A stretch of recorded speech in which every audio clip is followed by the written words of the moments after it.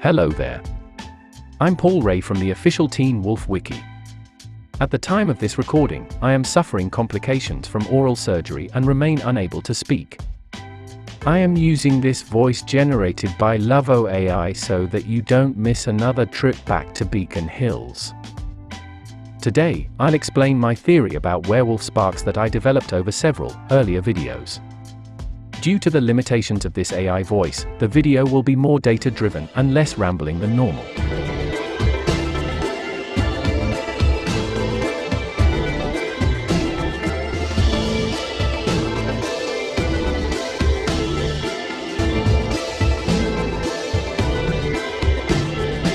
If you enjoy exploring the canon and nostalgia of Teen Wolf, subscribe for weekly videos.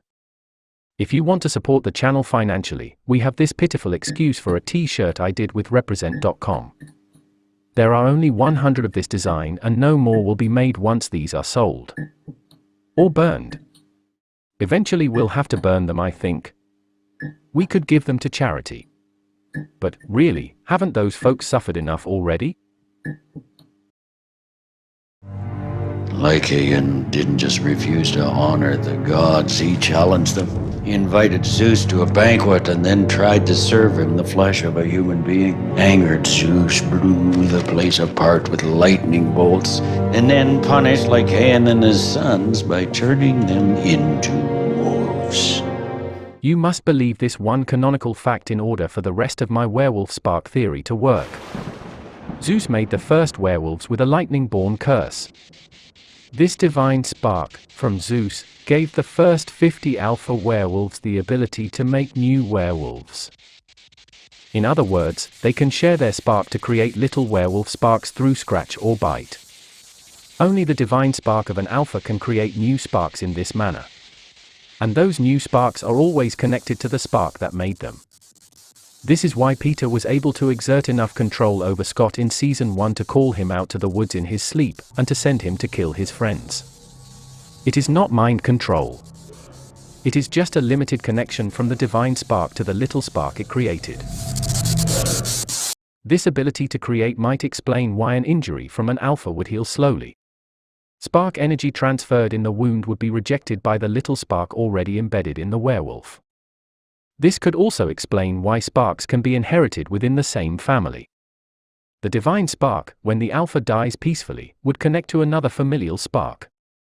Because, same calls to same. On the other hand, when a little spark kills the holder of a divine spark, that divine spark jumps to the killer. My guess is that this is a function of proximity. I doubt you could blow up an alpha werewolf with a timed explosive and receive their spark from miles away. I'm the alpha now. The theft of a spark must be a face-to-face affair.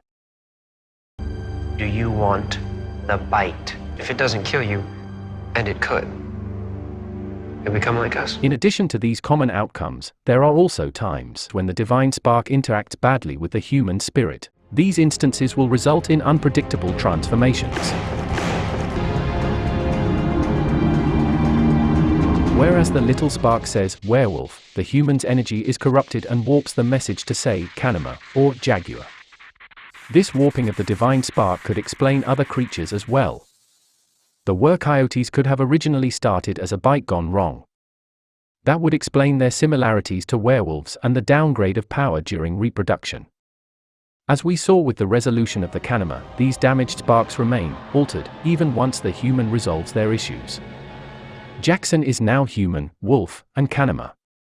This could explain why Mr. Douglas is human, wolf and lion. If a bite went wrong initially, perhaps due to the Nazi bastard's overwhelming arrogance, he might have developed lion parts instead of becoming a werewolf. Once he matured and resolved some of his issues, the werewolf transformation completed, leaving him with bits of both. My theory also covers the concept of true alphas. None of the sparks, divine or little sparks, are stagnant.